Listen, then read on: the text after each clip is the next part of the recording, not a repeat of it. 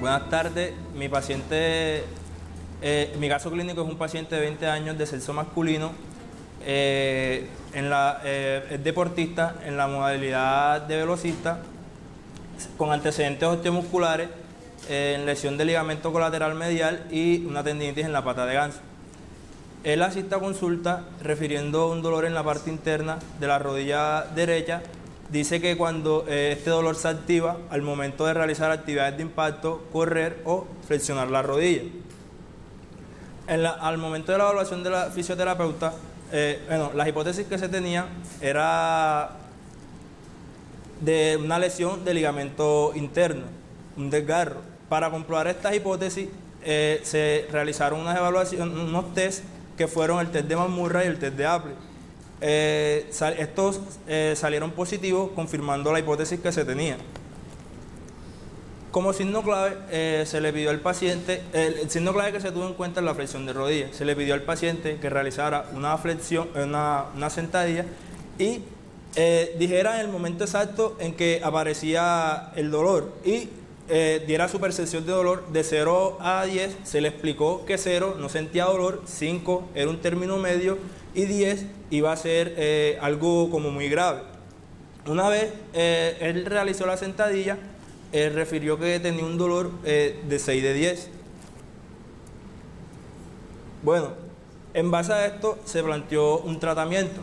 El tratamiento que la primera sesión se hizo primero, antes de cada tratamiento se tenía que evaluar el signo clave a ver cómo estaba el dolor. Él llegó llegó 6 de 10 y se le realizó el tratamiento que fue tracción femorotibial. Se le realizaron 6 series de 20 segundos y al final se volvió a evaluar el signo clave, el cual puntuó como un 4 y medio de 10. Y al final de esta sesión se le pidió que guardara reposo. Bueno, en la segunda sesión él no guardó reposo, llegó, no presentaba ningún tipo de dolor. Para confirmar de que esa afirmación fuera cierta, lo que se hizo fueron que se realizaron unos test más irritativos, como son el test de eje y el test de Tensile, los cuales confirmaron que no había ningún tipo de dolor. Bueno, en esta sesión se trabajó prensa, extensión y sentadilla y tijera. Esta sesión iba más enfocada a fortalecimiento en la parte del cuádriceps. Toda la dosificación fueron 4 series de 7 repeticiones.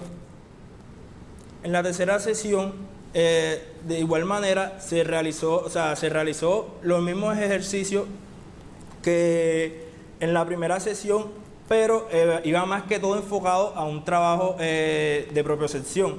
En los ejercicios que se hicieron modificaciones fueron en la extensión. Hubo un momento al finalizar las 4 series, se le pidió que hiciera una más, en la cual iba a ser solo con la rodilla del lado del miembro que estaba afectado. Él iba a cerrar los ojos e iba a hacer 10 repeticiones. Lo mismo en la tijera. Una vez la pierna que estaba lesionada fuera hacia adelante, él iba a cerrar los ojos. Y luego se le hizo como un circuito de propiocepción. Profe, ya voy a indicar los ejercicios. Simplemente colócalo acá y yo te giro la cámara. Bueno, a él se le hizo un ejercicio de propiocepción. Estábamos ubicados en la zona de gimnasio. Él tenía 2 balones. Tenía uno en donde él estaba inicialmente y el otro estaba alejado. Él tenía que cerrar los ojos, patear el balón y desplazarse en la dirección de la rodilla que estaba afectada. Yo le iba a decir dónde estaba más o menos el balón y él iba a patear el otro balón. Una vez terminara esto, iba a una llanta que era la superficie más inestable que encontramos en ese momento e iba a hacer 10 sentadillas con los ojos cerrados y los brazos al frente. Eso fue todo lo que se hizo en esa parte. Bueno, en la cuarta sesión se repitió el mismo entrenamiento, lo que cambiamos, igual las modificaciones que hice en la tijera y en la máquina de extensión, se siguió con eso, pero se le agregó un poco más de dificultad. Comenzaba con el mismo circuito, con los balones, pero él tenía que ubicar los balones, ubicar más o menos la distancia, pateaba un balón y con los ojos cerrados hacía el desplazamiento lateral en dirección de la rodilla afectada y pateaba el balón. Luego de terminar eso, iba y hacía las 10 sentadillas y luego le ponía la llanta adelante y iba a hacer la tijera con el pie introduciéndolo en el orificio de la llanta. Él iba a hacer esto. En eso, ese ejercicio solamente lo enfocamos en la rodilla que estaba afectada. Él con los ojos cerrados iba a hacer esto y volvía. Eso fue todo. Muchas gracias.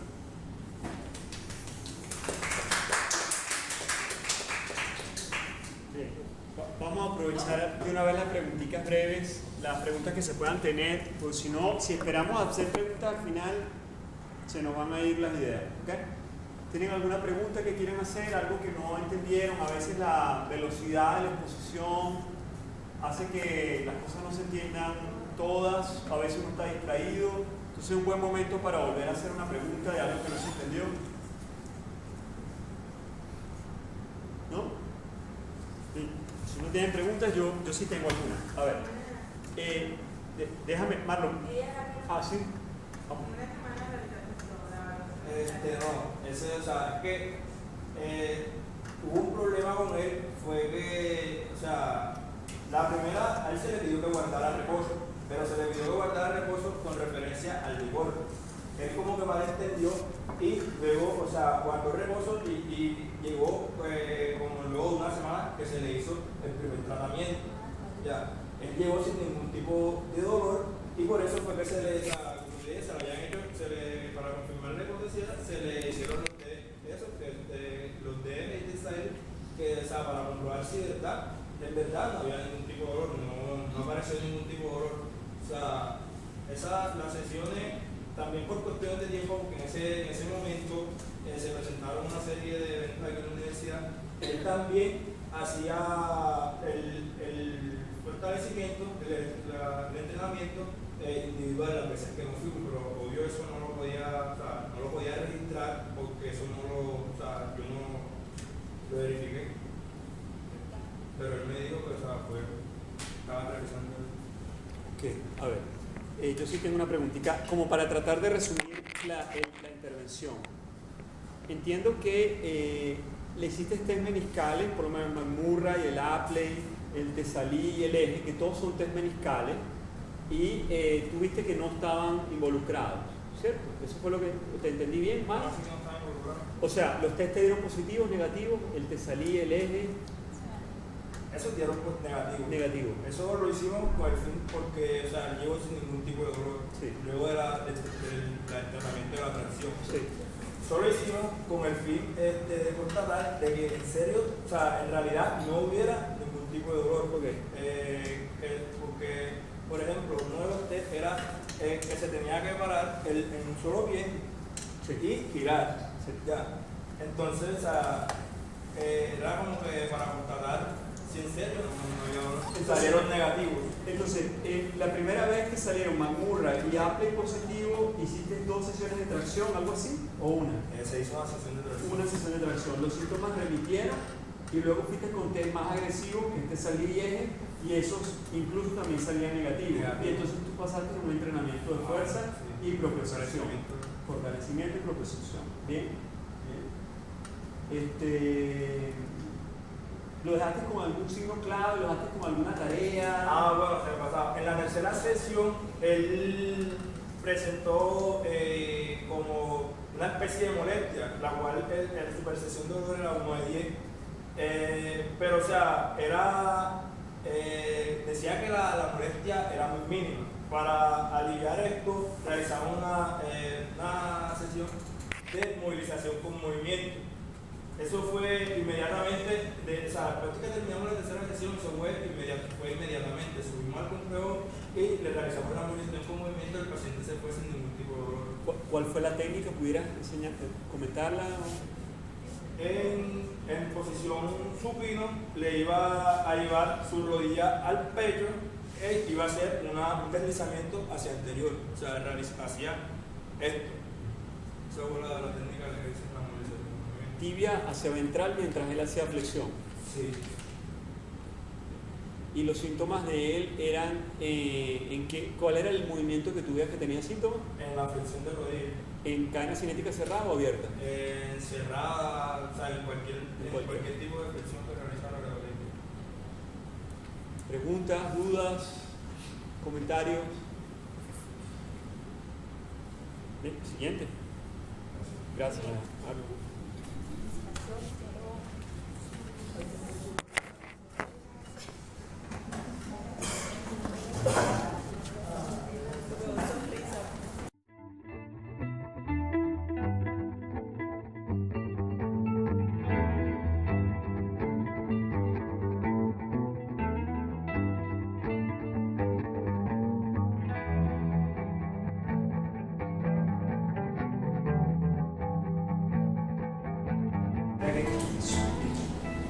Bueno, mi paciente es un chico de 20 años de edad, nadador.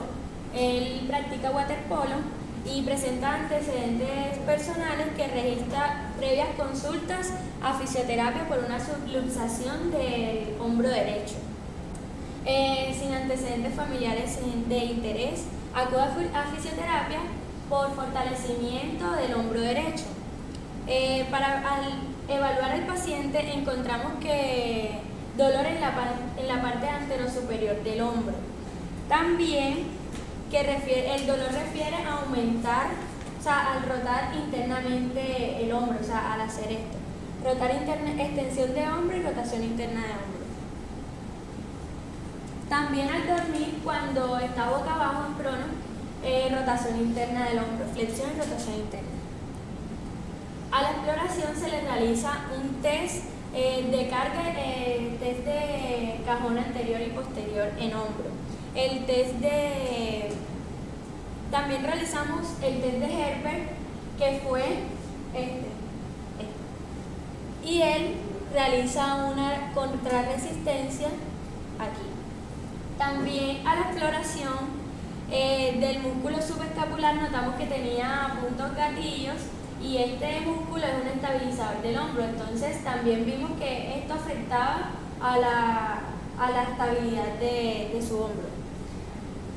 Como signo clave tomamos principalmente el test de Herbert, ya que él no podía ni siquiera resistir la resistencia, valga la redundancia. Bueno, su dolor, el que presentó, registró de 7 de 10, o sea, era un dolor bastante alto. De acuerdo a estos resultados, el tratamiento que iniciamos principalmente fue el de liberar el dolor miofascial del músculo subescapular y el entrenamiento subescapular con estabilización del húmero. Realizamos 3 series de 15 repeticiones. ¿Cómo es este entrenamiento? El paciente en supino, colocábamos nuestra mano debajo del hombro y a él le pedíamos que presionara su hombro para que se diera cuenta si levantaba o no levantaba el hombro al realizar la rotación, tanto interna como externa. Y con esto, con un Theravada, entonces era para fortalecer. Las hipótesis diagnósticas que presentamos fue una debilidad en la musculatura del hombro derecho, de los estabilizadores, y también una lesión del rodete glenoideo. Cuando le dijimos esto, él fue aparte a hacerse una resonancia magnética y una radiografía y apareció que tenía lesión de Bankart y lesión de Hill-Sachs. Entonces voy a explicar un poco sobre esto. Primero miren el video y ya les explico. The shoulder joint is formed where the Bueno. humerus, the upper arm bone, Nosotros en la articulación glenumeral encontramos lo que es el húmero y la escápula. Y la escápula tiene lo que es la cavidad glenoidea y en esta se encuentra el rodete glenoideo. Cuando sucede una lesión de banca, lo que pasa es que la cabeza del húmero al salirse anteriormente se trae consigo una parte del rodete glenoideo, This como is lo known ven as ahí. a shoulder dislocation. Most shoulder dislocations are anterior dislocations, meaning that the humeral head moves Entonces esto lo que forward causa and es leaves the una glenoid. descontinuidad The del labrum rodete is a rim of glenoideo. cartilage that Y esto attaches causa around dolor. the edge of the glenoid. It contributes to the stability of the shoulder. Sometimes the humeral head tears part of the labrum away from the glenoid as it dislocates. This is known as a Bankart lesion. The Bankart lesion can result in chronic instability and often require surgical repair. If a piece of bone is broken off from the glenoid, it Para is hacer known una as a aclaración, bony Bankart lesion. el rodete glenoideo, la parte que Sometimes se when the desprende humeral head es la parte dislocates, the back of the head strikes against the anteroinferior front of the de glenoid. la, perdón, This creates an sí, anteroinferior de la, This is del known as a rodete. Hill-Sachs lesion. Mientras que en el Hill-Sachs lo que sucede es que se causa una depresión en la cabeza del húmero, pero esta sucede en la parte posterior de la cabeza humeral. Entonces lo que hace es, al realizar este movimiento, cuando ya se desprende la parte del rodete glenoideo, ese golpe lo que causa es como una depresión. Ejemplo, si este fuera el húmero, supongamos que al hacer eso hay un espacio. Entonces esta sería la depresión que causa en la cabeza humeral. Como tratamiento, nosotros realizamos en la primera sesión la evaluación del signo clave. Por ahora teníamos un solo signo clave, que era el test de Herbert, con un dolor inicial de 7 de 10. Realizamos liberación de dolor miofacial en el músculo subescapular durante 5 minutos. Luego realizamos entrenamiento del subescapular con estabilización del húmero, 3 series de 15. También reevaluamos los signos claves y al final nos dio un dolor de 5 de 10. En la segunda sesión nosotros trabajamos lo que fue la liberación del dolor miofacial en el subescapular durante 5 minutos nuevamente, el entrenamiento subescapular con estabilización del húmero y reevaluamos esto y dio un dolor de 4 de 10. En la tercera sesión ya reevaluamos el signo clave y ya era un dolor de 4 de 10. Hicimos entrenamiento del subescapular con estabilización del húmero, esta vez con dosificaciones más bajas de 2 repeticiones, de 2 series con 10 repeticiones. Realizamos fortalecimiento en bípedo de lo que era flexión de codo y realizar rotaciones externas e internas con resistencia con un TheraBand. 2 series de 10 repeticiones. Reevaluamos su signo clave y el dolor final fue de 2 de 10. Bueno, en la cuarta sesión ya teníamos 2 signos claves. ¿Qué pasó en esta sesión?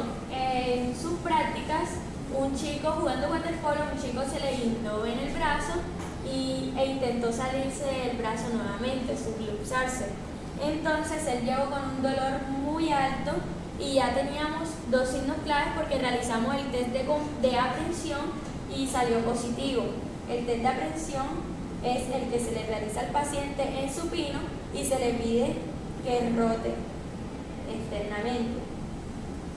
Entonces había dolor y él sentía que su hombro se iba a salir. Su dolor inicial fue de 12 de 20. En este realizamos liberación de dolor miofacial tanto en el redondo mayor e infraespinoso durante 10 minutos, 5 minutos cada uno. Realizamos movilizaciones con movimiento de abducción horizontal, flexión de codo en 90 grados, rotación interna y externa y aplicación de fuerza dorsal en la cabeza del húmero. Este sería el test de comprensión, que se le coloca al paciente la mano acá, se le hace una presión y él va a realizar lentamente hasta donde llegue. En ese caso, mi paciente no pasaba de aquí, o sea, él nada más podía hacer esto, porque ya sentía mucho dolor. Reevaluamos los signos claves y esto bajó a 8 de 20, el dolor. En la quinta sesión, lo que nosotros realizamos fue una tracción con descenso, solo una serie de 6 repeticiones. La evaluación del signo clave dio una puntuación de 6 de 20 y lo que se le realiza al paciente es una tracción y el descenso de número. También se realizan movilizaciones con movimiento, que es el test de comprensión, durante 3 series de 6 repeticiones. La liberación del dolor miofascial en redondo mayor, ya que este era el que irradiaba su dolor hacia antero superior. Entonces, gracias también a esto fue que pudimos disminuir su dolor original. Bueno, realizamos nuevamente el entrenamiento subescapular, ya que como había recaído nuevamente, tocaba como iniciar. La reevaluación de los signos claves, el dolor final fue de 2 de 20. La sexta sesión, a la evaluación de los signos clave, él tuvo un puntaje de 0 de 20. Realizamos las movilizaciones con movimiento, que es el test de comprensión. También realizamos el entrenamiento subescapular, solamente estas 2 cosas, y su reevaluación al final dio 0 de 20. La séptima sesión hubo otra recaída por entrenamiento y realizar mal un movimiento. Entonces, su evaluación fue de 6 de 20. Realizamos movilizaciones en posición pasiva, ya que al realizarla activamente había más dolor. También realizamos entrenamiento del subescapular con estabilización del húmero y reevaluamos esto y dio un dolor de 2 de 20. Se le recomendó guardar reposo. Él nos hizo caso porque también venía una competencia que tenía de los interuniversitarios. Entonces, la siguiente sesión, lo que se le hizo fue reevaluar los signos claves y el dolor inicial fue de 0 de 20. Se le realizó fortalecimiento de los magnitos rotadores en el gimnasio a rango medio, lo que era abducción de hombros, flexión de hombros, elevación de hombros, y el gesto deportivo en una base inestable, en este caso una pelota muy grande, y él realizaba, ahora le voy a mostrar un video, su gesto deportivo, que era hacia adelante y hacer esto.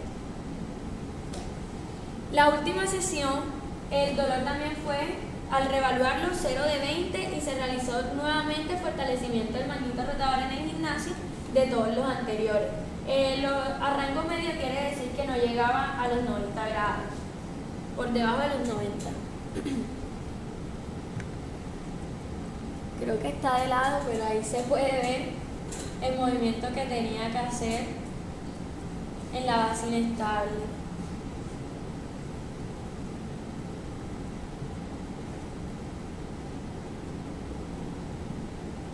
Esa es la flexión de hombro. Y lo repito. Con pesas pequeñas.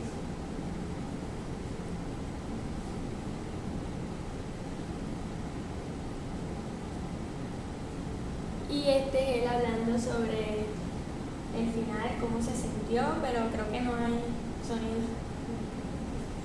Dale a ver.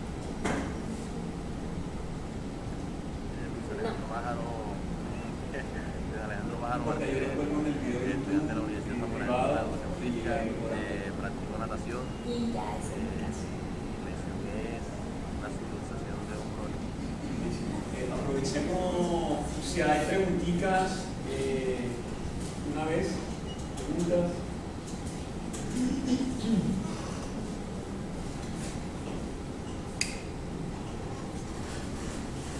¿Preguntas?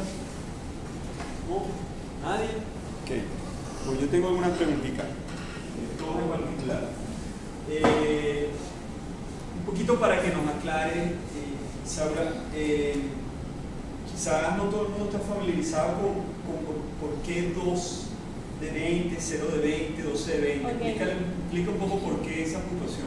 Bueno, la puntuación primero era sobre 10 porque era un solo signo clave. Entonces se evalúa de 0 a 10. Ejemplo, mi paciente llegó con un dolor de 7 de 10. Ya cuando agregué de tal número a 20 es porque ya habían dos signos claves, entonces sería como todos dos se evalúan hasta el 10, serían 20 la evaluación y se suman los dos signos claves. Ejemplo, si en el test de Herbert me dio 3 y en el test de aprehensión me dio 4, eso sería 7 de 20 al sumar. ¿Cómo puntuaste el test de aprehensión? ¿Fue con dolor? ¿Fue con miedo? ¿Con qué fue? ¿Con qué lo Con dolor. Con dolor. La otra cosa que me preguntaba era hacia la sesión, tuviste varias sesiones donde arrancabas con un signo clave inicial 0 de 20. Mi pregunta ahí es, en ese momento no te planteaste la posibilidad de tratar de introducir algún termómetro de la sesión, o sea, ya que no había dolor, tratar de valorar otra cosa. Digamos, esta pregunta es un poco retórica porque habla del pasado, de lo que ¿qué pasa si hubiésemos hecho otra cosa? Y cualquier pregunta que use lo hubiera es un poco odiosa, porque tú hiciste lo que hiciste y estuvo muy bien, pero tú en ese momento no te planteaste la posibilidad de valorar otra cosa que no fuera dolor, porque en ese momento no había dolor. Como fuerza. Cualquier otra cosa, o sea, ya que el dolor no estaba presente, no se te planteó la posibilidad de valorar otra cosa. Es que en realidad sí, por lo menos fuerza sí lo alcancé a valorar, pero en realidad tenía debilidad muscular, como lo había comentado al principio, que era una de mis hipótesis. Entonces, como ya él había anteriormente recaído, e incluso la sesión anterior había recaído por un movimiento brusco en su entrenamiento, alguien también intentó. Entonces, yo no podía mandarlo enseguida al gimnasio porque el día anterior ya había tenido una recaída. Lo que hizo él fue tomar reposo de un solo día y fue que mejoró su dolor.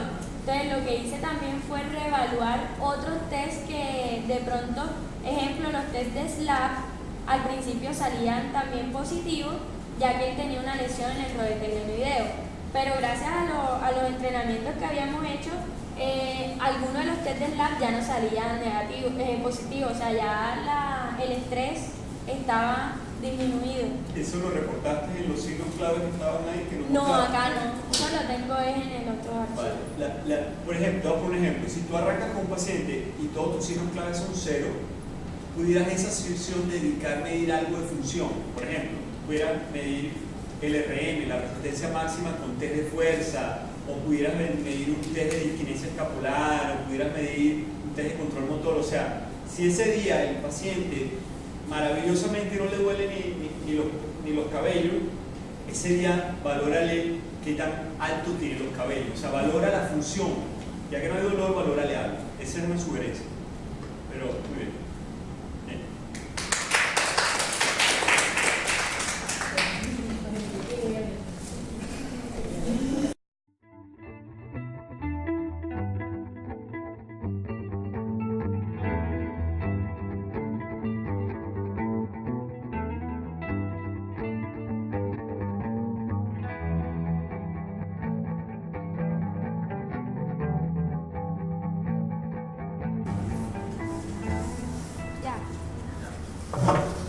Bueno, yo tengo dos casos clínicos, de la señora Enid y el de Manuel, que es mamá e hijo.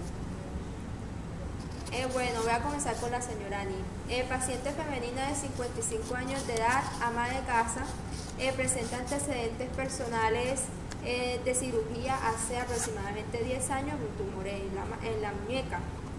Como motivo de consulta refiere un dolor en el antebrazo, aproximadamente de 8 de 10. Durante la evaluación física demostró que ese dolor aparece al realizar extensión de muñeca, apretar puño y flexionar codo. También duele mucho a la palpación. Esto apareció aproximadamente hace un mes. Bueno, al comienzo se pensó pues, que podía ser una tendinitis por la exploración física, pero en la segunda sesión ella manifestó que de vez en cuando los objetos se le caían. Entonces por eso se le realizaron unas pruebas neurológicas y también ella manifestó que cuando se le caían estos objetos ella realizaba sacudidas y esto le aliviaba lo que sentía. En la prueba neurológica salió alterada la sensibilidad y salió hipoestesia.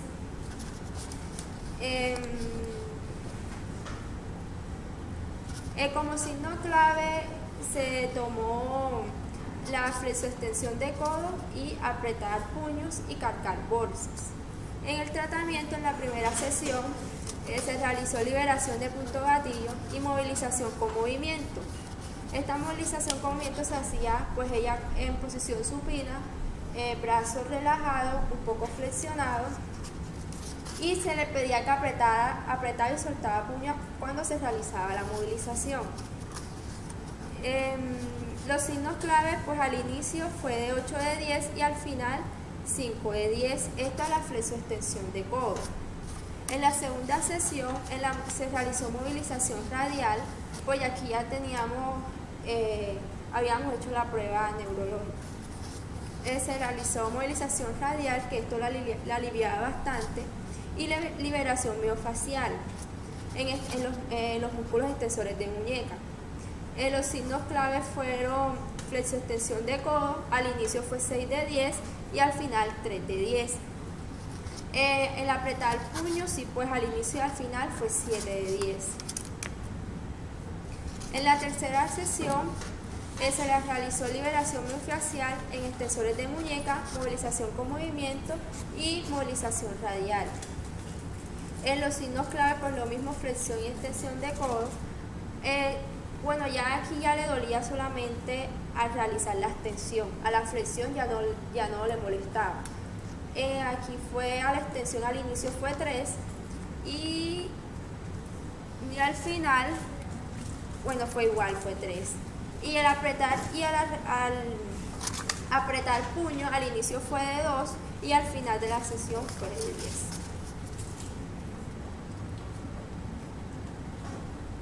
Bueno, allá,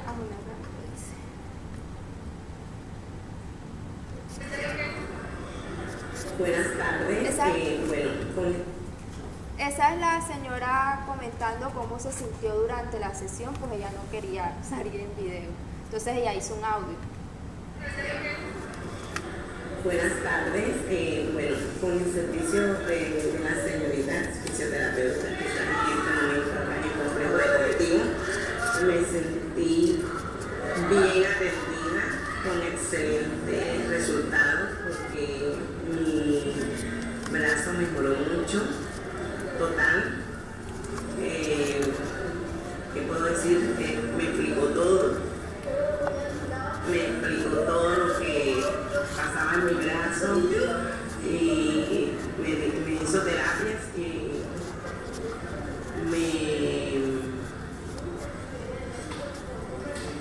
me aconsejó ejercicios para hacer en mi casa. Estoy satisfecha con el resultado del trabajo.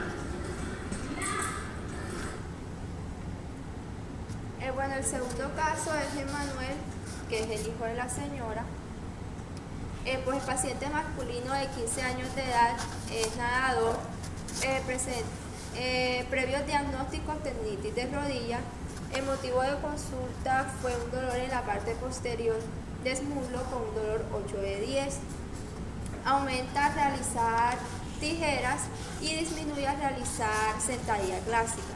Durante las pruebas clínicas arrojó positiva la prueba de aductor corto. Bueno, ahí se comenzaron enseguida.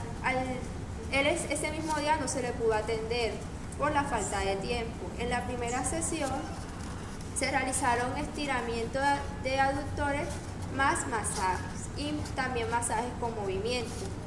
El signo clave fue el estiramiento y pues disminuyó.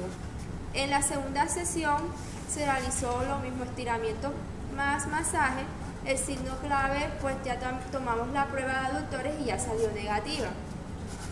Al inicio fue un signo clave 2 de 10 y al final 0 de 10. Cuando estaba nadando no sentía ninguna molestia ni dolor ya, porque él al final regresó y me comentó que ya no sentía ninguna molestia. Y él realizó recomendaciones en casa, que fue mucho uso de hielo, reposo, y la siguió perfectamente. El segundo síntoma que él presentó fue un dolor en la cara anterior del hombro, fue 5 de 10, aumenta dolor al realizar brazada libre y mariposas. El dolor disminuye al realizar fortalecimiento. En la primera sesión no se pudo realizar la evaluación por falta de tiempo, él tuvo que irse a la práctica. Pero igualmente se le realizó liberación de punto gatillo en deltoides. Y me dice que con eso cuando nadó se sintió pues un poco mejor. Ya en la segunda sesión que él fue, se le realizó ya las pruebas y salieron positivas la prueba de Jefferson y Speed. Ya después de esa sesión, se le volvieron a realizar las pruebas al día siguiente, pero ya salían negativas. Entonces esa teoría de tendinitis bicipital pues cayó. Y después solo presentaba dolor a la abducción del hombro. En la primera sesión se realizó liberación de punto gatillo del deltoide anterior, un inicio de 5 y finalizó con 3 de 10. En la segunda sesión se realizó liberación de punto gatillo de bíceps, movilización de la escápula, masaje de trapecio y estiramiento de trapecio. También se realizaron pruebas de disquinesia y pues estas también salieron negativas. Pero sin embargo se les realizaron la movilización de la escápula. Al comienzo del signo clave fue 4 de 10 y al final 2 de 10, el dolor en el bíceps. En el trapecio, pues al inicio fue 6 de 10 y al final 4 de 10. Al volver a la consulta, el paciente no manifiesta ningún tipo de molestia ni al nadar ni al realizar esos tipos de movimientos.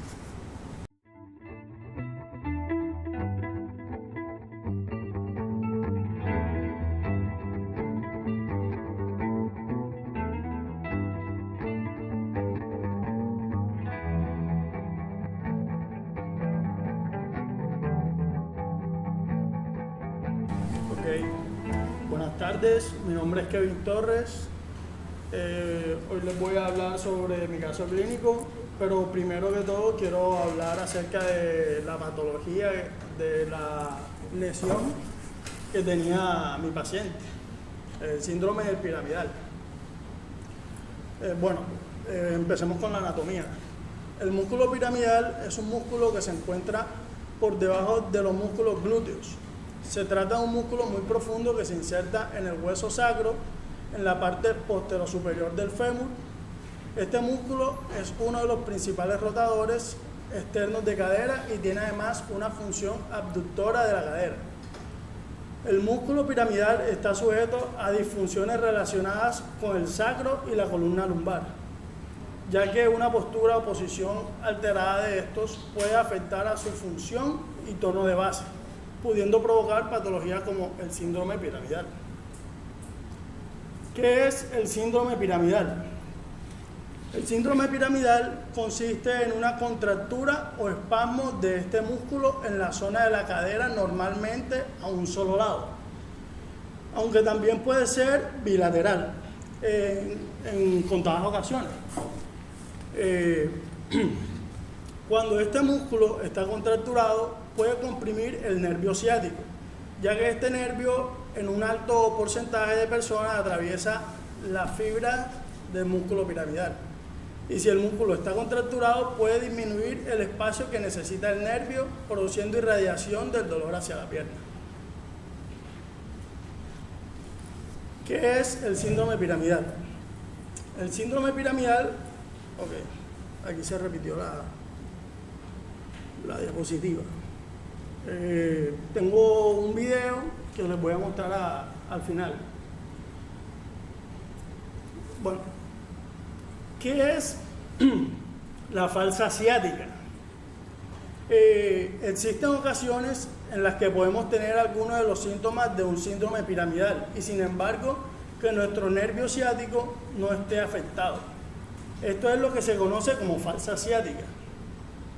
En esta patología, este dolor que sigue el recorrido del nervio por la pierna en la zona lumbosacra es provocado por puntos gatillo en el glúteo menor, glúteo mayor o músculo piriforme sin que medie afectación neurológica.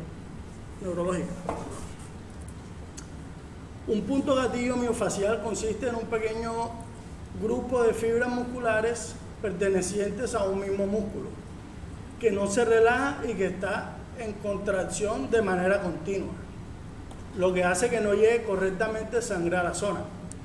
Esto va a generar falta de oxígeno en el músculo y dolor.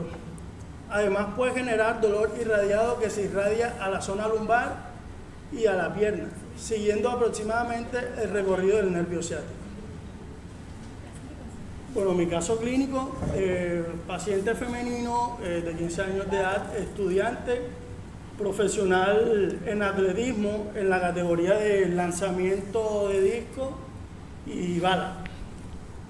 Refiero dolor en la pierna derecha desde el glúteo irradiado hacia la cara posterior y lateral del muslo hasta la rodilla. Aumentando cuando dura mucho tiempo sentada o de pie. Siente alivio al realizar actividad física, incluyendo el deporte. A la evaluación fisioterapéutica se encontró test de la SEGE, Patrick y Sloan positivos, lo que arroja un posible atrapamiento del nervio ciático o síndrome del piramidal. Un dolor irradiado por puntos de gatillo también. El test de muelle en sacroiliacas sale negativo. Las hipótesis diagnósticas son atrapamiento de nervio ciático o síndrome del piramidal y falsa ciática, dolor irradiado por puntos de gatillo. En el tratamiento, durante el periodo de intervención con el paciente, se utilizaron las siguientes técnicas: movilización neural, estiramientos, control motor para la flexión lumbar, masaje de piramidal e isquiotibiales, fricción transversa, estiramiento de piramidal, isquiotibiales y glúteos, y masaje muscular. Se utiliza como signo clave la elevación de pierna recta o el test de la C, con la cual manifiesta dolor en glúteo y en la cara posterior y externa de muslo, y el rango articular de cadera disminuido. Bueno, en la primera sesión, al iniciar la sesión, se le evaluó el signo clave y ella tuvo un dolor de 8 en un rango límite de 10. En esta sesión se le realizaron liberaciones de punto gatillo y estiramiento generalizado en los miembros inferiores. Al finalizar la sesión, su signo clave fue de 6. En la segunda sesión se le realiza ejercicios de control motor para la flexión lumbar. Al iniciar tiene un signo clave de 7 y al finalizar de 6. En la tercera sesión se le realiza el mismo tratamiento. Su signo clave al inicio es de 6 y finaliza con un signo clave de 4.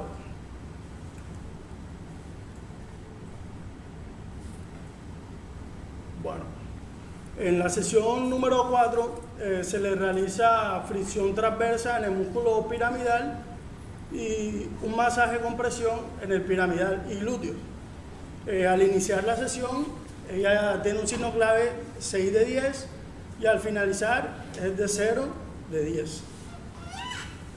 En la sesión 5 se le realiza el mismo tratamiento, ella ingresa con un signo clave de 0 y al finalizar tiene un signo clave de 0. Igualmente en la sesión número 6, en la sesión número 6, entre la sesión número 5 y la sesión número 6, pasó un periodo como de 15 días en la que ella no asistió a la terapia. Entonces cuando llegó a la sesión número 6, refería a un dolor al evaluarle el signo clave de 6. Se le aplicó el último tratamiento, que fue fricción transversa y masaje funcional, compresión en glúteos e isquiotibiales y piramidal. Y al finalizar, su signo clave fue 0 de 10. En la sesión 7, ella llegó con un signo clave en 0 de 10. Se le realizó trabajo de control motor para la flexión lumbar y al finalizar fue de 0 igual que al inicio. En la sesión número 8 se le realizó, ella ingresó con un signo clave 1 de 10, se le realizó movilización de nervio ciático y al finalizar tuvo un signo clave 0 de 10. En la última sesión fue dos días previo a una competencia de clasificación. Entonces ella ingresó con un signo clave 1 de 10 y lo que yo hice fue hacerle una sesión de relajación muscular. Entonces solamente se le hizo masaje muscular y estiramiento en todos los miembros inferiores. Al finalizar, pues tuvo un signo clave de 0. Ya en la 10ª sesión se le evaluó signo clave, fue de 0 y le dimos de alta. La paciente manifestó una mejoría significativa en su desempeño deportivo desde la 4ª sesión. En la 10ª sesión se le evalúan signos clave, los cuales muestran un dolor 0 de 10 y un rango de movimiento completo de 90 grados en flexión de cadera. Se le da de alta y se le recomienda sesión de mantenimiento cada 15 días. Es todo. Ya.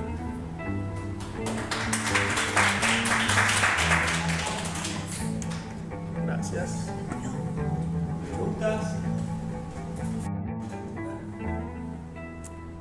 Buenas tardes, mi nombre es Liz Alvarado Benedetti y hoy les voy a mostrar mi caso clínico.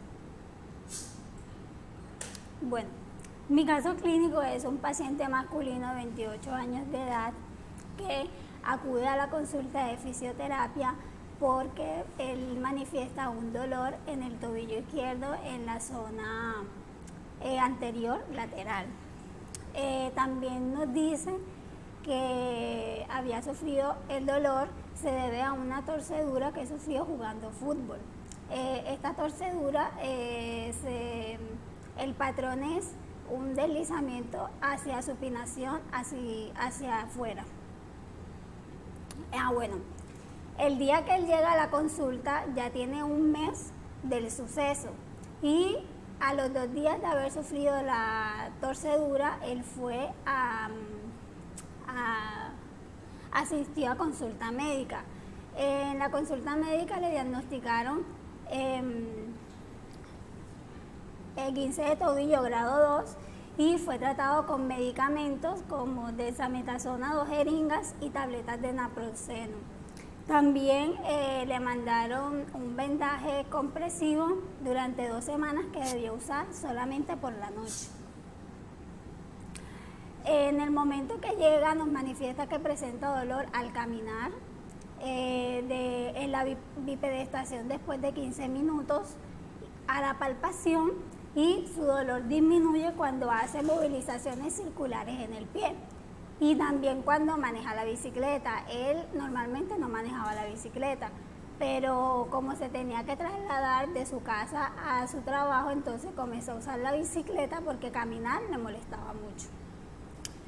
En el momento que llega, pues se le hace la recolección pertinente de los datos, de información personal y todo lo correspondiente al trauma con el que llega. Aquí está toda su información personal. Y entonces el motivo de consulta llega ya con un previo diagnóstico dado por un médico, los medicamentos que tomó durante las 2 semanas de reposo, el trauma, bueno, aquí está explicado: torcedura de tobillo de pie izquierdo con patrón de deslizamiento del pie hacia afuera en supinación máxima. Ahí les coloco un pequeño gráfico de cómo es el movimiento. Él llega con un dolor 5 de 10, no fue necesario cirugía y el tratamiento previo como tal no tuvo, pero manifiesta que el vendaje compresivo que usó en esos momentos le brindó alivio, pero ya cuando dejó de usarlo, pues siguió el dolor. Bueno, en la descripción de síntomas, pues ya está aquí más explicado. La bipedestación después de 15 minutos le aumentaba el dolor. Caminar, siempre cuando caminaba tenía dolor, y nadar, porque él nada, aparte de que es su trabajo, porque él es instructor de natación, en el tiempo libre que tiene lo hace como hobby. Y a la palpación también le dolía. Le disminuía el dolor pues andar en bicicleta y los propios movimientos circulares que él hacía. Nuestra hipótesis diagnóstica desde el principio fue el 15 de tobillo grado 2 del ligamento peroneo astragalino anterior. Ya venía con unos estudios preliminares como una radiografía y se le hicieron unos test que avalaron la hipótesis. Bueno, antes de entrar como en tratamiento quisiera explicarles como un poco lo que funciona el esguince de tobillo. Entonces, el esguince de tobillo es el resultante de un deslizamiento o un trauma ocasionado en la articulación del tobillo, directamente en los ligamentos que están alrededor de la articulación, ya sean en zona lateral o zona interna. Su principal trauma es la torcedura de tobillo hacia supinación y hacia pronación, o sea, hacia adentro y hacia afuera. Y es una patología que va a manifestar mucho dolor y mucha inflamación. Aquí les presento una imagen donde está caricaturizada el ligamento, lo que ocasiona cuando es grado 1, grado 2 y grado 3. Bueno, el esguince de tobillo grado 1 pues presenta, es un esguince leve y el ligamento se va a distendir levemente y va a presentar dolor y puede presentar una ligera edematización. En el esguince de tobillo grado 2, que es el que presentaba nuestro paciente, pues un esguince moderado y puede presentar una ligera rotura en el ligamento o los ligamentos. Va a presentar mucho dolor y inflamación exacerbada. Le va a costar apoyar el pie afectado y poner peso sobre él, que eran los principales signos y síntomas que manifestaba mi paciente. Y el grado 3, pues el más grave, hay una rotura total del ligamento o los ligamentos involucrados. Normalmente es un dolor exacerbado, va a producir una inmovilidad total. Bueno, ya entrando en el tratamiento de mi paciente, después de que se le hizo la hipótesis diagnóstica, entonces encontramos los test que se le aplicaron para avalarlos. El primero es test de rotación externa para lesión ligamentosa de tobillo, que dio positivo. Test de cajón de rotación externa de tobillo también dio positivo. Test de cajón anterior y posterior del tobillo da negativo porque ese es específicamente para inestabilidad, no para la lesión ligamentosa, pero se le hizo para descartar. Y se le agregan otros 3 test que son prueba sensación final de dolor al movimiento de plantiflexión, al movimiento de inversión y al movimiento de supinación, que los tres dan positivos. Posteriormente a esto, estos tres fueron convertidos como signo clave para la reevaluación en el tratamiento. Bueno, el objetivo del tratamiento llevado con el paciente fue disminuir el dolor, recuperar la funcionalidad de la articulación, porque él manifestaba que por el dolor le daba miedo a firmar el pie. Entonces tenía una marcha, o sea, cambió su patrón de marcha por esto. Reanudar los movimientos de plantiflexión y eversión, que eran los más dolorosos para él. Bueno, en el tratamiento, el paciente fue abordado directamente con técnicas de terapia manual y ejercicio de propiocepción para la casa. Estos ejercicios de propiocepción estaban basados en el test de la estrella y no se los hice nunca en las sesiones por falta de tiempo, porque casi las sesiones con él eran muy cortas. Entonces mis sesiones se enfocaban principalmente en la terapia manual, porque él eso no lo puede hacer solo. Se le realizaron 5 sesiones en total en todo el tratamiento, entre 30 y 40 minutos. Y todas las sesiones, desde la primera hasta la última, fueron reevaluadas con signos claves. Bueno, ¿cuáles fueron mis signos claves? 4 test los convertí en signo clave. El primero fue el test de sensación final de dolor hacia la plantiflexión, hacia supino, hacia inversión, y el test de rotación externa. En la primera sesión todos estos test dieron un puntaje bastante alto por su patrón de dolor. Bueno, aquí está la descripción de mi sesión. Entonces, cada uno está en la descripción de las técnicas que se le hizo y los signos claves, cómo fueron evolucionando. Entonces, en la primera sesión se le hizo una movilización con movimiento en la articulación del tobillo con una osificación de 3 series de 7 repeticiones. Esta técnica, ahorita les voy a mostrar un video porque es como bastante difícil de explicarla. Era con ayuda de él, a pesar de que yo tenía que hacer toda la movilización en el pie, él me tenía que ayudar haciendo una eversión en el pie. Y los ejercicios de propiocepción en casa, porque hago énfasis en estos ejercicios, a pesar de que yo no los hice con él, porque el primer día que él llega,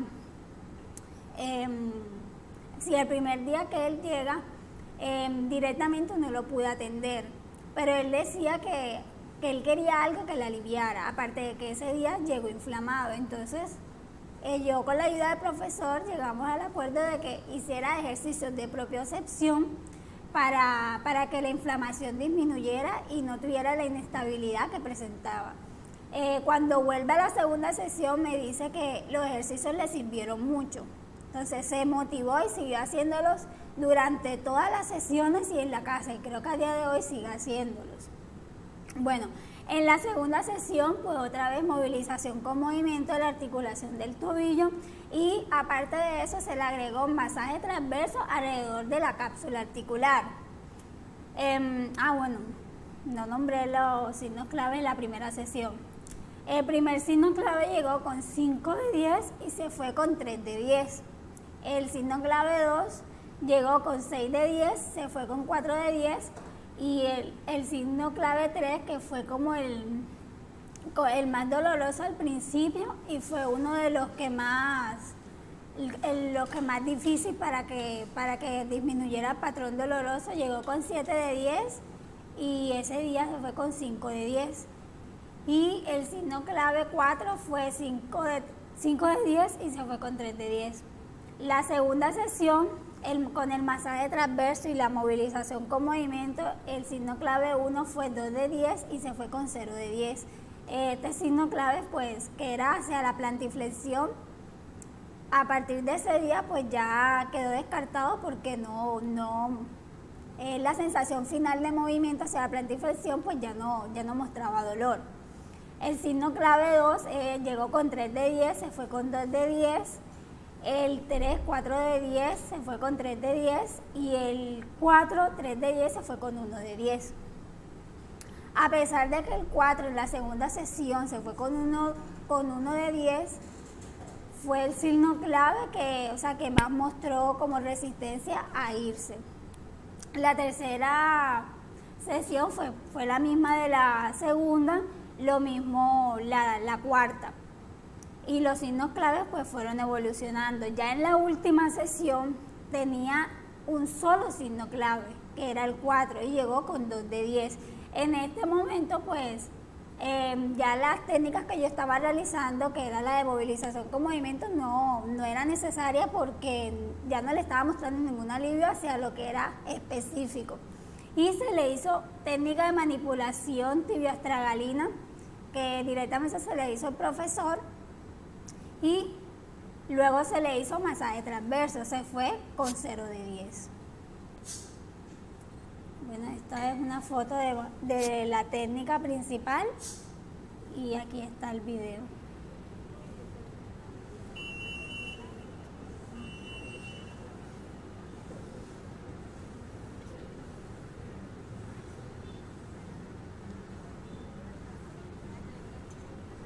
Dice que la movilización que ya hace el peroné es hacia posterior y hacia craneal y debe mantenerse durante toda la movilización, tanto para ir como para regresar.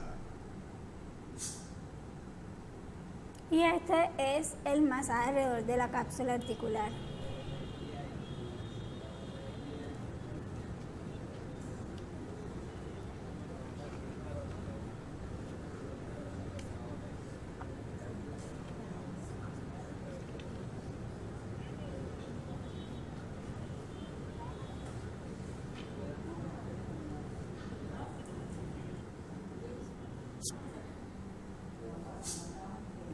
Gracias.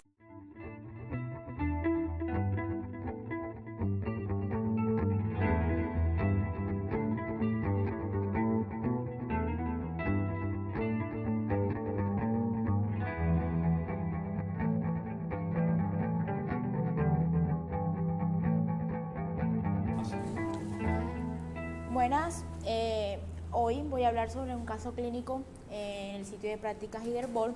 El paciente se llama Alexander González de la Rosa. Es un paciente de sexo masculino con 29 años de edad, es nadador y además de eso es profesor de la misma modalidad. Ingresó a Hiderbol a acudir a fisioterapia el día 14 de agosto del 2017. Él refirió un dolor en la región antero superior del hombro izquierdo.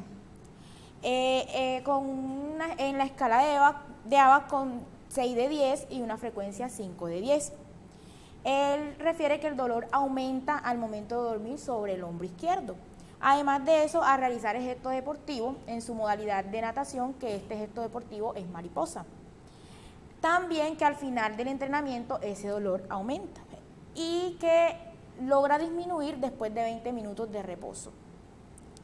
Este paciente tiene un antecedente de inestabilidad glenohumeral hace 10 años diagnosticada sin tratamiento de fisioterapia. Nunca trataron la inestabilidad. A la evaluación se hallaron positivos los test de Walton, que consisten en la palpación de la articulación acromioclavicular y refleja dolor, es positivo. El test de O'Brien, que consiste en una abducción de hombro con rotación interna y si refleja dolor en la articulación acromioclavicular, es positiva. Y por supuesto el test de Shift and Lock, que es para la inestabilidad glenohumeral, pues obviamente le iba a dar positivo porque tiene un exceso de movilidad en el hombro. También vimos que tenía limitación en los movimientos de rotación interna y externa y en la abducción, pues producto de un accidente en el gimnasio realizando entrenamiento de fuerza. Limitación que se daba pues porque el dolor no lo dejaba avanzar.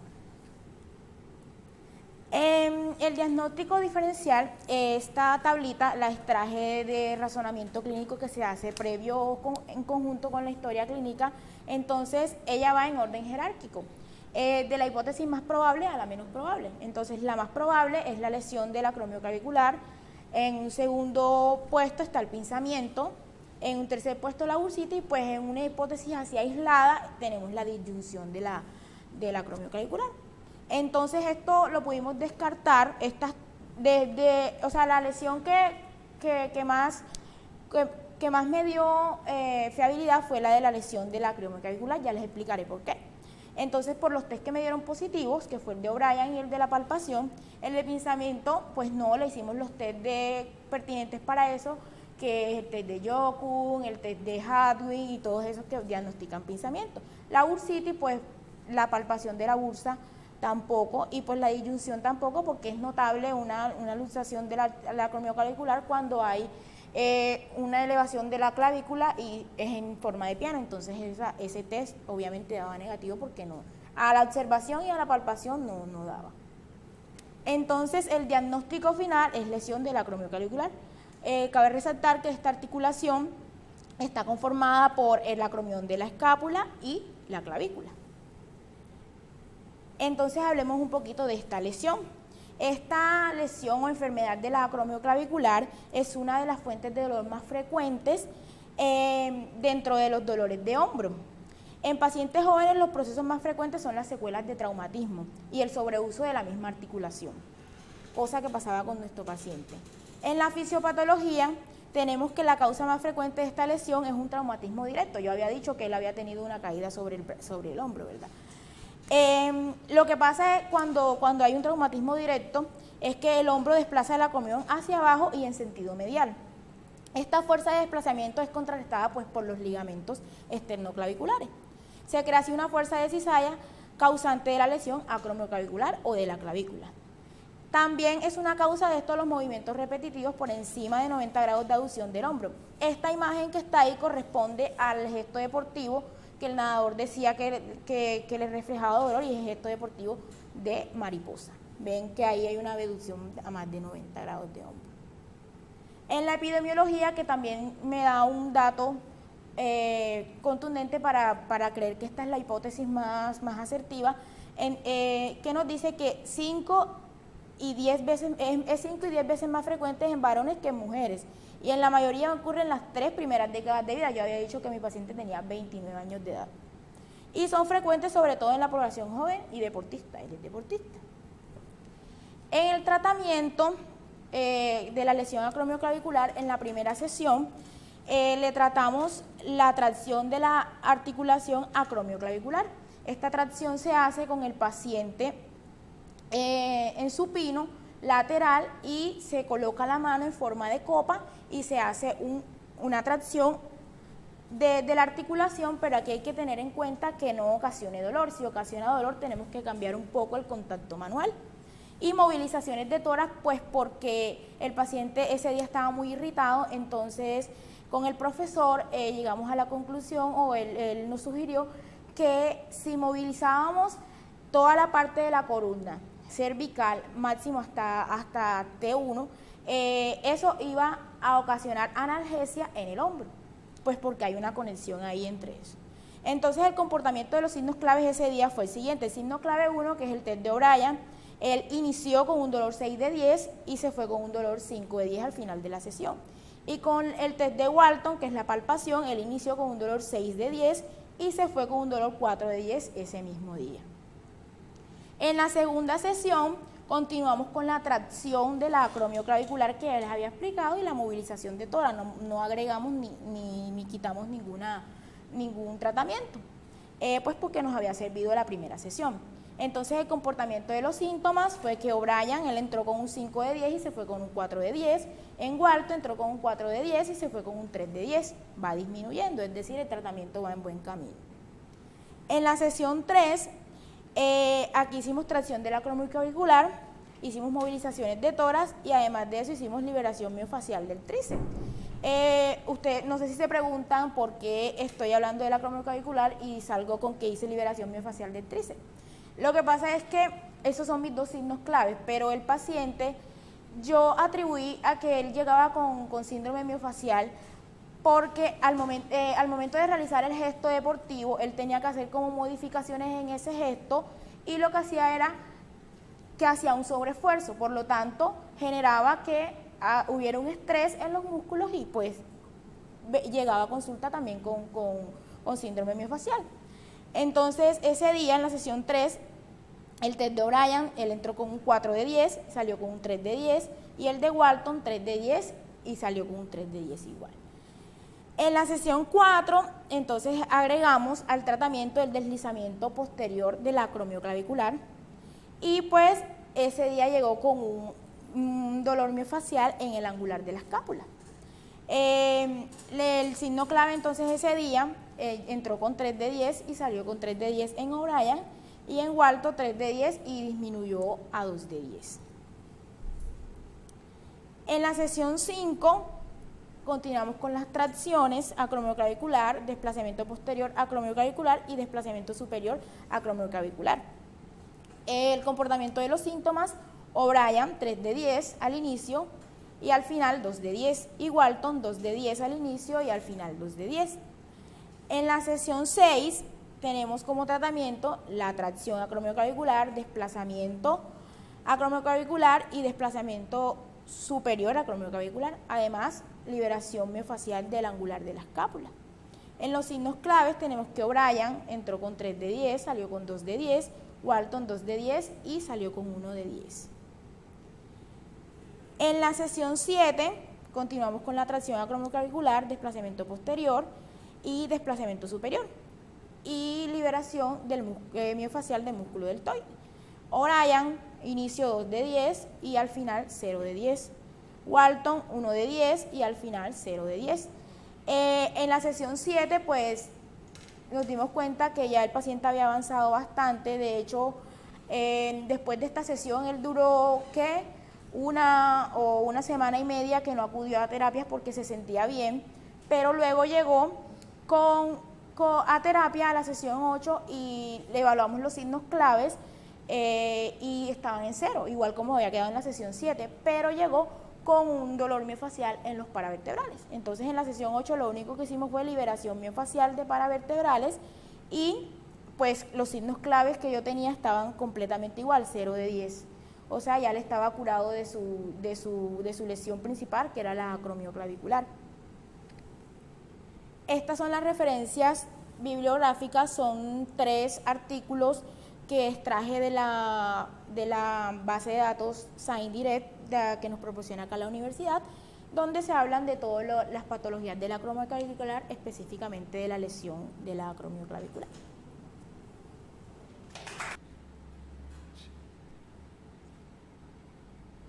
Quisiera hacer un breve comentario sobre el caso clínico. Vamos a ver cosas puntuales. Muy bien el uso de la tabla de diagnóstico diferencial, además que nos recordó qué significa estar de primero en esa lista. Hay más probabilidades de que haya una lesión acromioclavicular y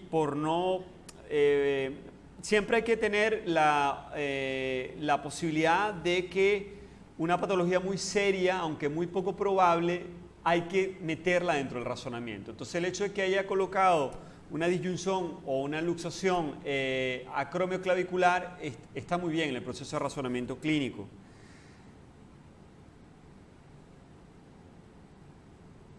Una fe de rata aquí, si la lesión es del acromioclavicular, la esternoclavicular no es la que se lesiona. La que se lesiona es el ligamento acromioclavicular y los ligamentos trapezoides y conoides. Esos son los que se lesionan. Una fe de rata ahí a nivel de los ligamentos, que no es el que se menciona.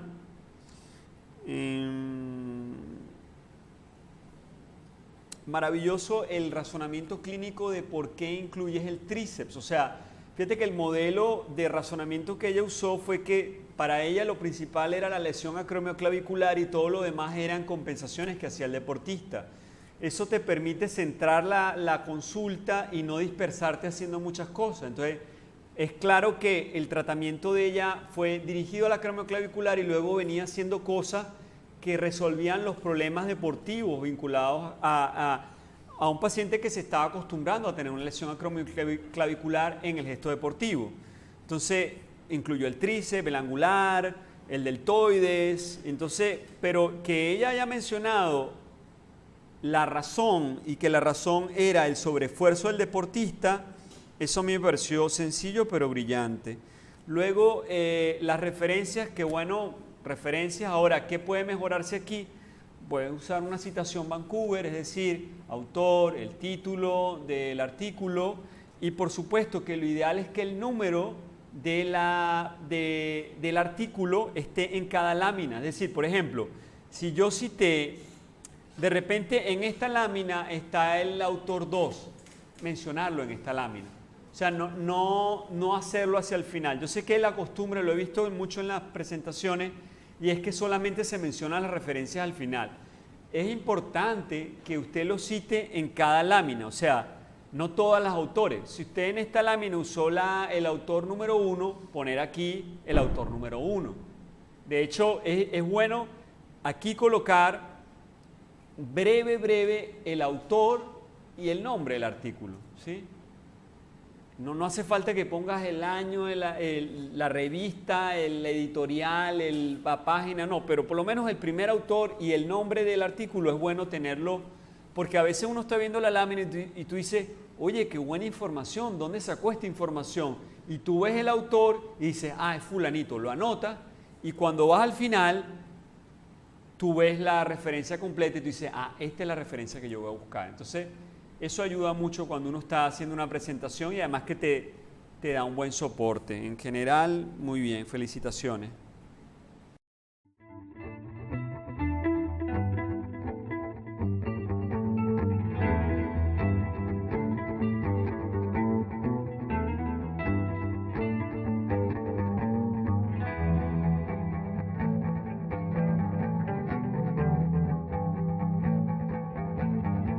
Buenas, mi caso clínico, mi paciente se llama Andrés Buendía León, paciente femenino, paciente masculino de 19 años de edad, nadador, ingresa el 9 de agosto del presente año con dolor en la región del complejo articular del hombro en la zona anterosuperior del hombro izquierdo, con una escala de dolor de 6 de 10 con una frecuencia de 6 de 10. Refiere que el dolor le aumenta al realizar el gesto deportivo como nadar en mariposa y realizar esfuerzos con el brazo, y disminuye en reposo y ingesta de medicamentos antiinflamatorios. Refiere que al despertarse se levanta sin fuerza en el brazo afecto. Antecedentes: una luxación de hombro izquierdo intervenida quirúrgicamente hace 11 meses. Tuvo tratamiento previo de fisioterapia, que fueron 48 terapias de rehabilitación. A la evaluación de los exámenes físicos se le hallaron positivo el test de SLAT de presión con rotación interna y externa y el test de O'Brien. Al cabo de la cuarta semana ingresa nuevamente con un dolor en la región lumbar en la escala, con la escala de dolor de 6 de 10 con una frecuencia de 6 de 10. Refiere que el dolor aumenta al agacharse, al levantar algo, y disminuye al acostarse en el suelo. A la evaluación de los signos clave o exámenes físicos se le hallaron positivo el test de Muey y el test de Long, con un signo clave que se tomó en la lesión de hombro fue el test de O'Brien con tapas. Cuando me hablo de tapas me refiero a las tapitas azules que están en Interbol. Yo inicié con él con 2 tapas de resistencia, entonces le ponía que realizar el test de O'Brien, que era una flexión más, una rotación interna con la carga de las 2 tapas, y le iba aumentando así a medida que iba haciendo la valoración del signo clave.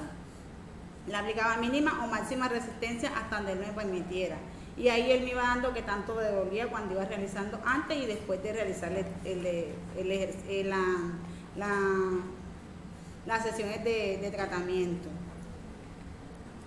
Bueno, la hipótesis diagnóstica se inició con una hipótesis diagnóstica de luxación de hombro, porque ya él venía con eso por un postoperatorio que había tenido una disfunción del movimiento, una artroplastia del hombro y un desgarro agudo de los ligamentos. La lesión diagnóstica o el diagnóstico previo fue una lesión posterior del hombro izquierdo, porque el hombro cuando la cabeza del húmero se le iba hacia la parte posterior al momento de realizar el gesto deportivo como nadar en mariposa, que era que sufría la luxación. Bueno, le hago una pequeña relación, que la luxación de hombro es la completa desaparición de la articulación entre la cabeza del húmero y la cavidad glenoidea de la parte posterior. Se representa más o menos el 5% de la lesión, afecta a la articulación glenohumeral, entre el 2% y el 10% de la inestabilidad, y el 50% de estos casos son tipo de luxaciones. No es diagnosticada la primera vez que se va a consulta, y en la mayoría de los casos viene por traumatismo o frecuentes episodios secundarios como las convulsiones, desmayo de pacientes epilépticos, otros signos neurológicos o accidentes de descargas eléctricas que ocurren en el paciente. Se presentan frecuentemente en natación y en deportistas de fútbol americano y en joven activo. Bueno, aquí le hago una pequeña, en esta imagen está cómo es la fase que debe hacer el deportista al momento de estar realizando el gesto deportivo, el nadar en mariposa. Entonces, ¿cuáles son los músculos que en la posición de entrada? La posición del lomo debe estar en abducción, en flexión y rotación interna. Una activación muscular de trapecio superior, romboide supraespinoso, deltoide anterior y medio y serrato anterior. En la posición de tracción inicial, la posición del lomo tiene que estar en abducción, extensión y rotación neutra. Y la actividad muscular, pectoral mayor, redondo menor y serrato anterior. Y así sucesivamente. ¿Qué quiero dar a entender con esta imagen? Que debemos de dar a nuestros deportistas como un previo, cómo sería que para que ellos realicen bien el gesto deportivo y no que estén haciendo compensaciones con otros músculos, y esto es lo que los conlleva a una lesión. El tratamiento conservador que utilice. Bueno, primer día, la liberación de punto gatillo y estiramientos del tríceps. Inicié con el Ted O'Brien con 2 tapas, donde inició con un dolor de 6 y se fue con un dolor de 4. En la segunda sesión, una liberación de punto gatillo de su escapular y el tríceps. Y también le hice una abducción de 90 grados con rotación externa e interna, con resistencia. Cuando hablo de resistencia, le colocaba una banda. Era el mismo tipo de ejercicio que realizaba Isaura al momento de estar tratando a su paciente, que ella decía que colocaba al paciente en camilla, en posición supino, yo lo ponía de supino y bípedo.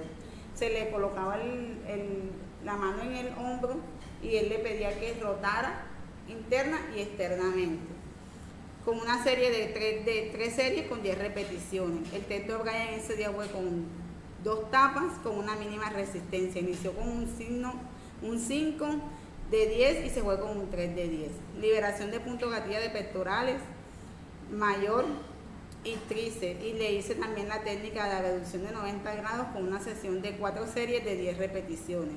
El Ted O'Brien, la misma signo clave. Ted O'Brien con 2 tapas con mínima resistencia, con un dolor inicial de 4 de 10 y final 2 de 10. Esta técnica la utilicé, la movilización con movimiento, que me la enseñó el compañero Marlon, con una serie de 3 repeticiones con 10, de 3 series con 10 repeticiones. Y el Ted O'Brien el signo clave fue el Ted O'Brien con 2 tapas, con mínima resistencia, con un dolor de 6 al iniciar y al finalizar con un dolor de 10. Bueno, ya el paciente en esta sesión que viene adelante, yo aquí le realicé a él el cuestionario de DAS, ¿sí? Entonces le comencé a hacer fortalecimiento del hombro en supino y en bípedo, inmovilización del movimiento. El cuestionario de DAS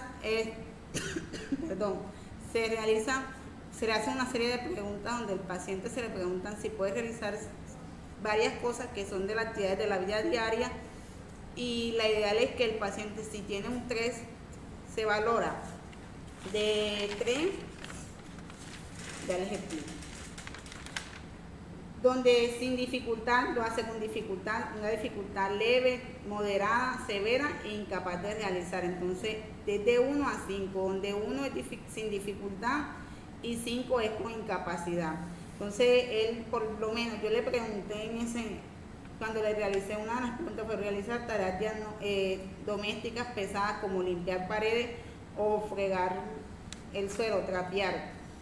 Lo hace con una dificultad moderada. Entonces, lo ideal aquí en esto es llevar al paciente de dificultad moderada a sin dificultad para que pueda realizar sus actividades de la vida diaria sin ninguna dificultad. Entonces se comenzaron a hacer ejercicios de fortalecimiento de hombro en supino y en bípedo y movilización con movimiento de 4 de 10. Y se aumentó aquí el signo clave, que fue Ted O'Brien de 0, Ted O'Brien con 3 tapas. Inició con 1 y se fue con un 0. En la siguiente sesión se hace fortalecimientos de 90 grados por rotación interna y externa con resistencia en bípedo. Se hacen 4 sesiones de 10 series y una resistencia con el signo clave fue Ted O'Brien con 3 tapas con mínima resistencia. Inició con 0 y se fue con 0. El paciente en la siguiente sesión, fortalecimiento de ABD, se le hace lo mismo y llega con un dolor de 2 de 10, que fortalecimiento en ABD 90 grados con rotación interna y externa en bípedo con el signo clave que Ted O'Brien con 3 tapas con mínima resistencia y llega con un dolor de 2 y se va con un dolor de 1. En la novena sesión el fisioterapeuta se le realiza fortalecimiento de 90 grados por rotación interna y externa con una resistencia en supino. Se le hacen 4 series de 10 con el Ted O'Brien como signo clave con 3 tapas con mínima resistencia. Inicia con 1 y se va con 0. El fortalecimiento en la 10ª sesión, fortalecimiento de 90 grados con rotación interna y externa con resistencia excedente, con resistencia en sedente con una serie de 4 series con 10 repeticiones, con 4 repeticiones con 10 series, y se le hace un Ted O'Brien de 3 tapas con mínima resistencia y llega con 0 y se va con 0. Se le realiza movilización con movimiento, 4 series de 10, un Ted O'Brien con mínima resistencia y inicia con un 2 y se va con 1. Se le hace una autotracción sedente y tracción en bípedo con una resistencia, el Ted O'Brien con 3 tapas máximas con máxima resistencia, inicia con 1 de dolor y se va con 0 de dolor. Hasta aquí el paciente va evolucionando bien. Llega un momento en que el paciente recae por pelea y llega nuevamente con el dolor en 6 de 10 porque se tuvo un problema con su familia y recayó el paciente y se inicia nuevamente con el dolor, con las técnicas que anteriormente se habían realizado. Entonces se les realiza liberación de punto gatillo y movilización con movimiento 4 series de 5 repeticiones y se le vuelve a hacer Ted O'Brien con 2 tapas y el dolor es 6 de 10 y se va con uno de 4 de 10. En la siguiente sesión se hace la misma movilización con movimiento, 4 series de 5 repeticiones con liberación de punto gatillo de pectorales y de tríceps, y con el Ted O'Brien se hace el signo clave en Ted O'Brien con 2 tapas con un inicial de 4 y se va con 0. Y al finalizar el ejercicio se le hicieron ejercicios de fortalecimiento en hombro, en ABD, en flexión y elevación con 4 series de 4 repeticiones de 10 segundos con un Ted O'Brien de 4 tapas con máxima resistencia y se fue con 0 de 10, llegó con 0 al inicio y se fue con un 0 al inicio. Muchas gracias.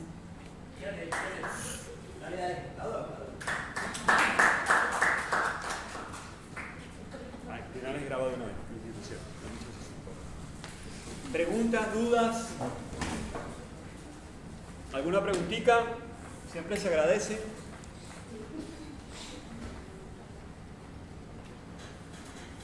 Bien.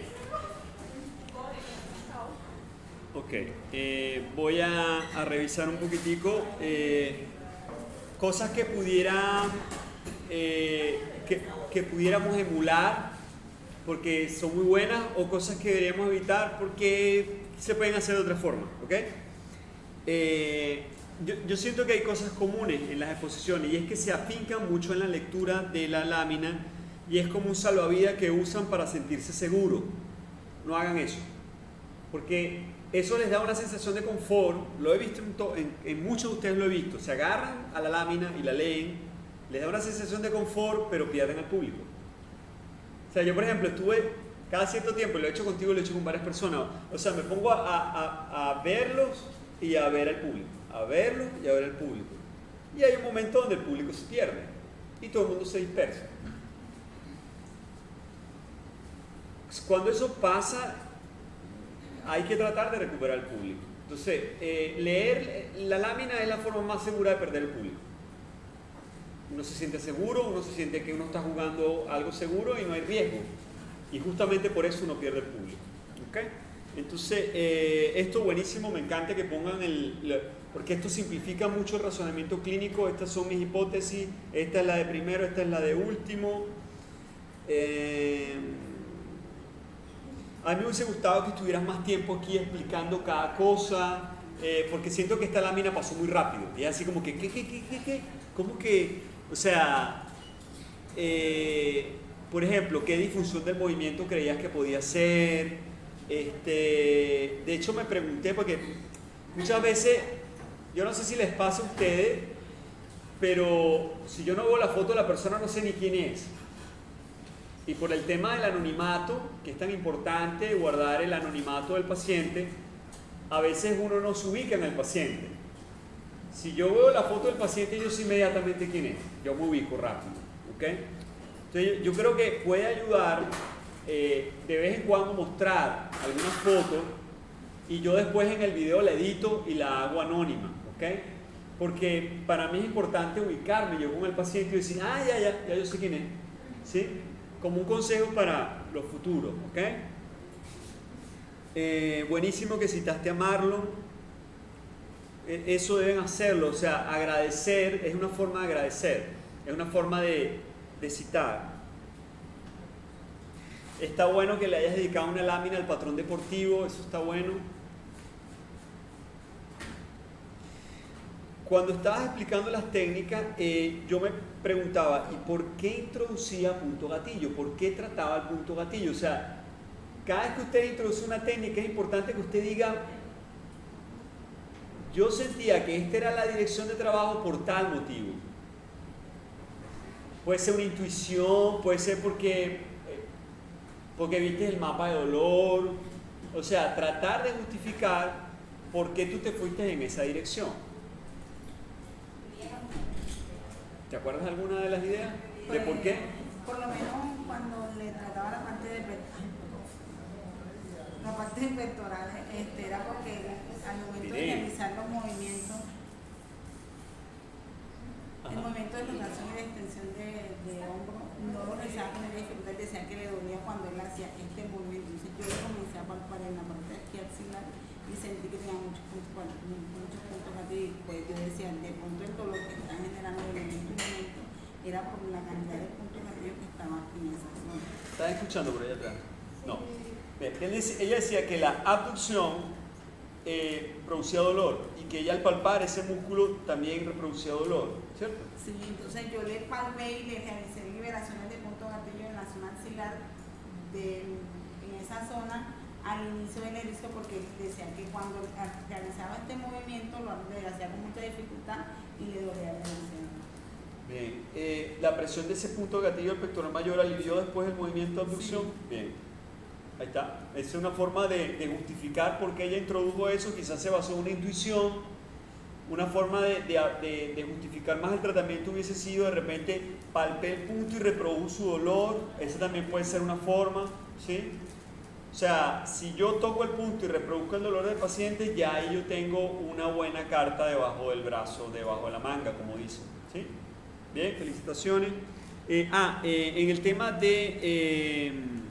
esto a mí me encantó al principio porque siento que es una de las tablas que ha mostrado sesión, signo clave, dolor. O sea, me ubicó mucho. Solo que cuando ya iba por la segunda lámina yo vi gente juntando. Así como, ¿cuántas sesiones? Dice estaba contando así como que ¡miércoles! O sea, hizo todas esas. Entonces, sugerencia. Usted tiene que tratar de hacer ameno el cuento. Si usted repite lo mismo en todas las sesiones, no repita ni diga lo mismo, sino este tratamiento se mantuvo en las sesiones tal. O sea, si usted grafica y usted dice los grandes eventos, dice lo que se mantuvo igual y cuáles fueron los grandes eventos. ¿Cuáles pueden ser los grandes eventos?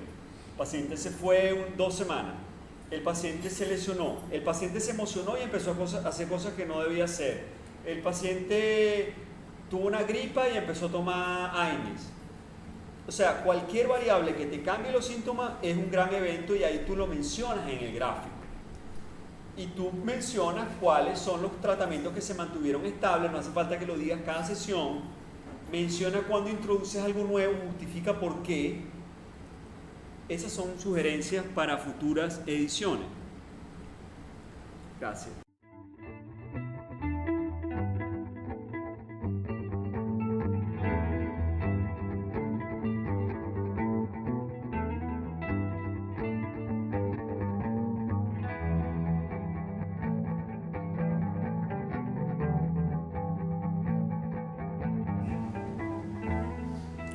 Bueno, buenas noches. Mi nombre es Laura Arbeláez y yo les vengo a presentar mi caso clínico. Bueno, primero que todo tenemos el consentimiento informado de mi paciente, que fue lo primero que se hizo antes de empezar a tratarla. Bueno, mi paciente es una paciente femenina de 21 años de edad, es futbolista, quien acude a fisioterapia por presentar dolor en el talón derecho, con más de 10 días de evolución. Ella refiere inflamación y que el dolor aparece más que todo cuando hace el despegue de dedos, o sea, la plantiflexión al momento de la marcha, en la fase de la marcha. Solamente había estado tratándose con antiinflamatorios, como el diclofenac. Bueno, este es el mapa corporal. Aquí señalo dónde está ubicado el dolor de mi paciente y pues el dolor, el primer signo. Dentro de las hipótesis, tuve 3 que fueron primero ruptura del tendón de Aquiles, síndrome de dolor miofascial en el tríceps sural y tendinitis de Aquiles. En la evaluación, primero para descartar la ruptura del tendón de Aquiles, utilizamos la prueba de presión de la pantorrilla. Esta es una prueba que se realiza haciendo presión en la pantorrilla, como su nombre lo indica, y en respuesta el paciente debe hacer una mínima plantiflexión al momento de hacer la presión. En este caso, si el paciente no lo logra realizar, el test sería positivo para ruptura del tendón. Pero ella sí logró hacer la plantiflexión. O sea que el test dio negativo. Ese día, voy a explicar primero toda la evaluación que se hizo y después les explico por qué no se hizo todo el mismo día. Otro de las pruebas que se realizaron fue pedirle a la paciente que se empinara. Primero con ambos pies y luego sobre el pie afectado. Y tercero, la palpación, que en el momento en el que ella llegó, ella tenía tanta inflamación en el tendón que no se podía ni medio tocar, tenía un dolor de 8 de 10.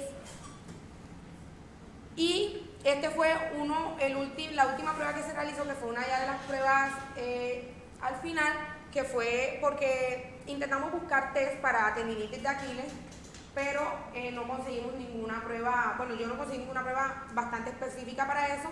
Entonces la profesora Diana me recomendó que lo hiciera pidiéndole al paciente que realizara la plantiflexión, pero aplicándole resistencia. Bueno, para enfocarnos un poquito, la tendinitis de Aquiles es una inflamación del tendón de Aquiles, como su nombre lo indica. Esta inflamación ocurre justo por donde el tendón se vuelve redondeado, aproximadamente a 5 centímetros por encima del talón. Es causada por un incremento de la intensidad del entrenamiento, la reanudación del entrenamiento de pronto periodos largos de reposo, anomalías metabólicas como reumatismo, anomalías anatómicas como problemas isquiotibiales cortos o musculatura poco elástica, y anomalías técnicas como desarreglos técnicos en el ejercicio o patrones inadecuados en la parte de la biomecánica. Y presenta como síntomas dolor, que es bastante frecuente por la inflamación que se produce en el tendón, inflamación, un poco de hipoestesia en el recorrido del tendón, en la parte de la sensibilidad, rigidez y tumefacción, o sea, enrojecimiento en la zona. Bueno, nosotros en la primera sesión le aplicamos primero que todo la primera prueba, que fue la de empinarse y la de la palpación, pero luego el profesor me dijo que buscara por un cuestionario que pudiera aplicarle y yo en la búsqueda encontré este cuestionario que es el cuestionario de la visa A, se llama, para tendinitis de Aquiles. Es visa A porque hay otro cuestionario que es visa P, que es para tendinitis de la pata de ganso. Entonces este cuestionario está compuesto por 8 preguntas, 8 o 9 preguntas, porque la octava pregunta, dependiendo de lo que conteste, solo va a contestar una pregunta siguiente. En este caso, ella obtuvo una puntuación de 59 al hacerle el cuestionario al inicio del tratamiento, que fue específicamente en la segunda sesión. Dentro de los signos claves, en la primera sesión se tomó como signo clave empinarse y la palpación del tendón. Y luego ya a partir de la segunda y tercera y cuarta sesión colocamos la plantiflexión con resistencia. En el tratamiento, en la primera sesión trabajamos lo que fue liberación miofacial del tríceps sural, porque ella llegó cojeando y tenía bastante contraído ese músculo. Entonces hicimos liberación miofacial y estiramiento pasivo, ya que ella no toleraba hacerlo activamente, porque tenía bastante inflamación y bastante dolor. En esta sesión se le recomendó que se colocara hielo apenas llegara a su casa y se le recomendó también que debía guardar reposo. Como ella es deportista, pues ella siguió entrenando así. En la evaluación de los signos claves, ella llegó con dolor de 8 de 10, el signo clave 1, que es el de empinarse, y se fue con 5 de 10, mientras que a la palpación, ella llegó con 8 de 10 y se fue con 7 de 10. En la segunda sesión, trabajamos lo que fue fricción transversa alrededor de toda la zona del tendón. Y igualmente estiramiento. Ese día se evaluaron los 3 signos claves. En el primero, que es el de empinarse, llegó con 7 de 10 y se fue con 5 de 10. En el signo clave 2, que es el de la palpación, llegó con 6 de 10, se fue con 5 de 10. Y en el signo clave 3 llegó con 7 de 10 y se fue con 4 de 10. En la tercera sesión, bueno, en este caso, eso fue un jueves, ella el sábado tenía partido, yo le recomendé que no lo hiciera, pero ella sin embargo fue y jugó. El lunes yo no la pude atender, la atendió Kevin. Cuando ella llegó igualmente con dolor, bastante dolor. Y entonces Kevin ese día la trató igualmente con lo mismo que le habíamos hecho en la primera sesión, estiramiento pasivo y liberación miofacial del tríceps.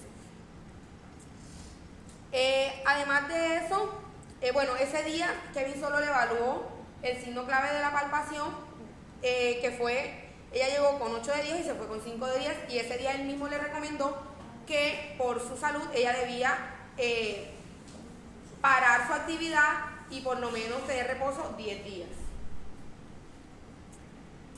En la cuarta sesión, bueno, ella en la cuarta sesión, eso fue al día siguiente, llegó y trabajamos fricción transversa nuevamente y ya estaba bastante mejor ese día y lo que hicimos fue trabajar estiramientos activos como en la imagen que está abajo. Colocamos allá ahí como un escaloncito, entonces yo le pedí que colocara los pies primero, solo los dedos, y que fuera progresando dependiendo de la tolerancia que tuviera para realizar el estiramiento. Ese día los signos claves yo los evalué, llegó con el signo clave 1, que era el de empinarse, con 5 de 10 y se fue con 3 de 10. El signo clave 2, que era el de la palpación, con 7 de 10, se fue con 5 de 10. Y la plantiflexión con resistencia, ese ya llegó con 2 de 10 y se fue con 0 de 10, lo que quiere decir que ya ese signo había mejorado. Igualmente en esta sesión se le recomendó que realizara el estiramiento en casa de la manera que se le había indicado, pero esta vez, si ya lo podía lograr de mejor forma,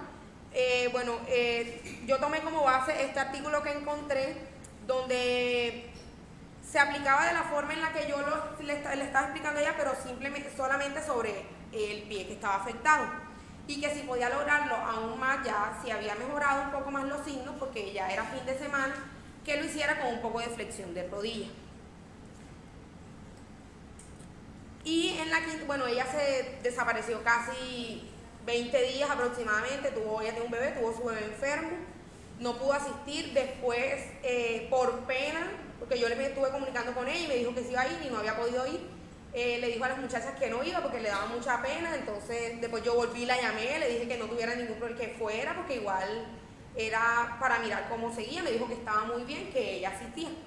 Ese lunes ella llegó, 18 de septiembre, que ya nuestra rotación había acabado. Yo fui a revisarla, a pagar un día que debía, y ese día ya ella llegó con 0 de 10 en todos los signos, estaba bastante mejor, me había dicho que ya estaba empezando fortalecimiento en el gimnasio y que estaba feliz.